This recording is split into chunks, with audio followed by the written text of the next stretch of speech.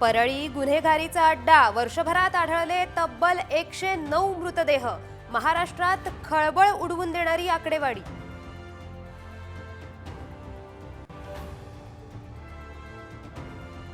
वाल्मिक कराडवर गंभीर गुन्ह्यांची नोंद, तरीही लाडकी बहीणचा समितीचा अध्यक्ष धनंजय मुंडेंची शिफारस परळी समितीच्या पदावर अजूनही कायम.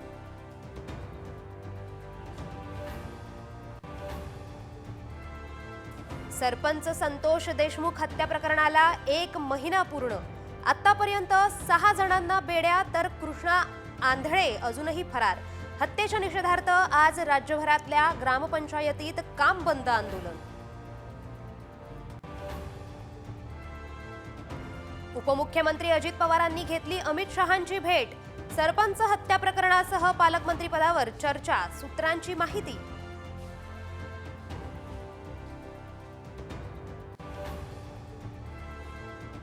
कोणाला तिकडे जायचं त्यांनी जरूर जा, जयंत पाटलांनी टोचले कार्यकर्त्यांचे कान. मुंबईतल्या राष्ट्रवादीच्या बैठकीत कान पिचक्या.